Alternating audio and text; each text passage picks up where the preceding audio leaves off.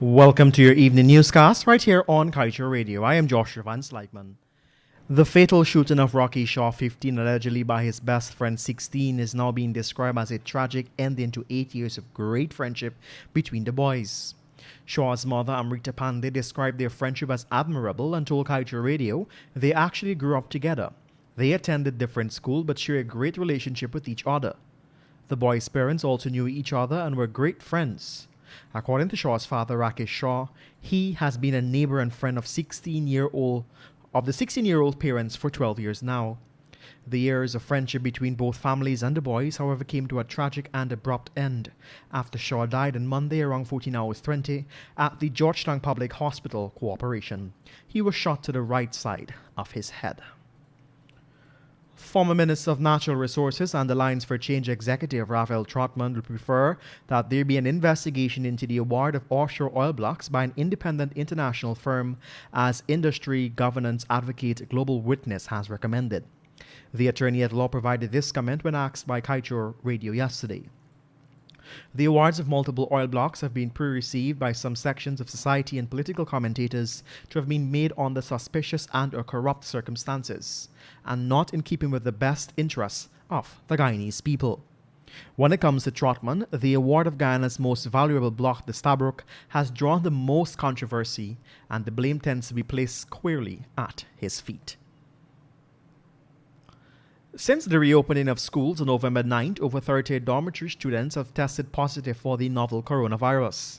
This was disclosed by Minister of Health, the Honorable Dr. Frank Anthony, on Wednesday during his update on the COVID-19 virus. The minister stated that these students were not showing symptoms of the virus and they were only discovered after they carried out the PCR test. Upon the reopening of schools for grades 10, 11, 12 and technical and vocational education students, all students occupying school dorms were required to have a PCR test done. This was to ensure that the possible spread of the virus among that student population was curbed. Adding to that, the Minister of Education, the Honorable Priya Manik Chan, had stated that since many of these students were coming from areas that are COVID-19 hotspots, it was imperative that they track their status. Angola state oil giant made no money for core oil activities last year. A Reuters analysis of its full account shows as billions of dollars of debt repayments ate up profits. The bleak disclosed within the company's 121-page annual financial results published in Portuguese last week underlined the perils facing the improvised oil-dependent nation even before oil prices plunged due to the coronavirus outbreak. The company reported last week that its net profit fell to $46 billion in 2019, down by half in dollars terms from $80 billion in 2018, using the official average exchange rates for those years. This was despite Brent crude oil prices averaging a comfortable $64 a barrel last year, not far below from 2018's $71. For 2020 so far, the average is $40. And we tell you now that the Ministry of Natural Resources and ExxonMobil has been silent for 3 days about an oil discovery recently made at the Tanagra-1 well in the Kaieteur block.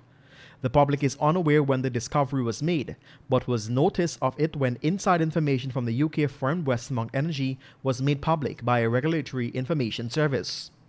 Westmonk is an investment firm which has been quietly buying into companies which have stakes in the block's offshore Guyana. As a result of its interest in the company, Ratio Petroleum, which owns a 25% stake in the Kaieteur block, Westmonk Energy has access to such information. The firm said on Tuesday that the contractor struck 16 meters of net oil per ascertained to be heavier than the crude assessed from the Liza-1 producing field. It is said that the well is likely to be plugged up and abandoned.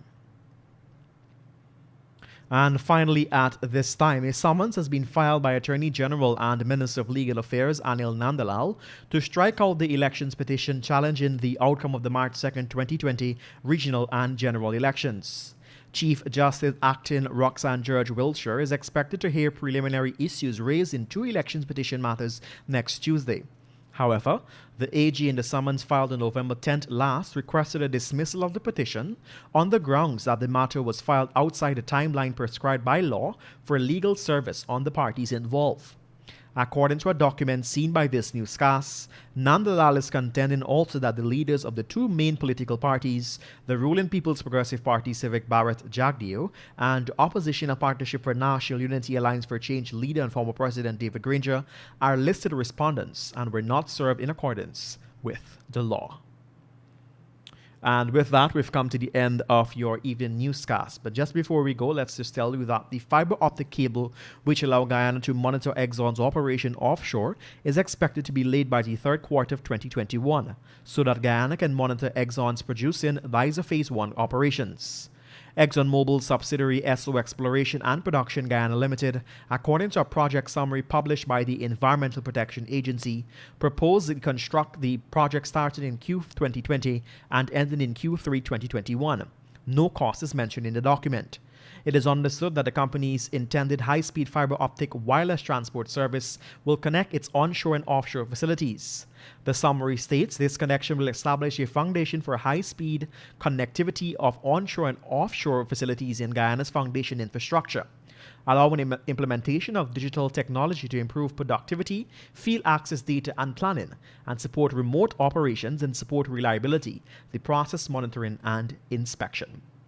I am Joshua Van Slykeman. Thank you for joining us. Get the full details of these stories and much more by picking up a copy of the Kaieteur News at a newsstand near you, or head across to our website at kaieteurnewsonline.com. Coming up at 19 hours 20, it will be time for your Friday edition of The Glenn Lal Show, where we tell it as it is. Want value for your advertising dollar? Then place your ads on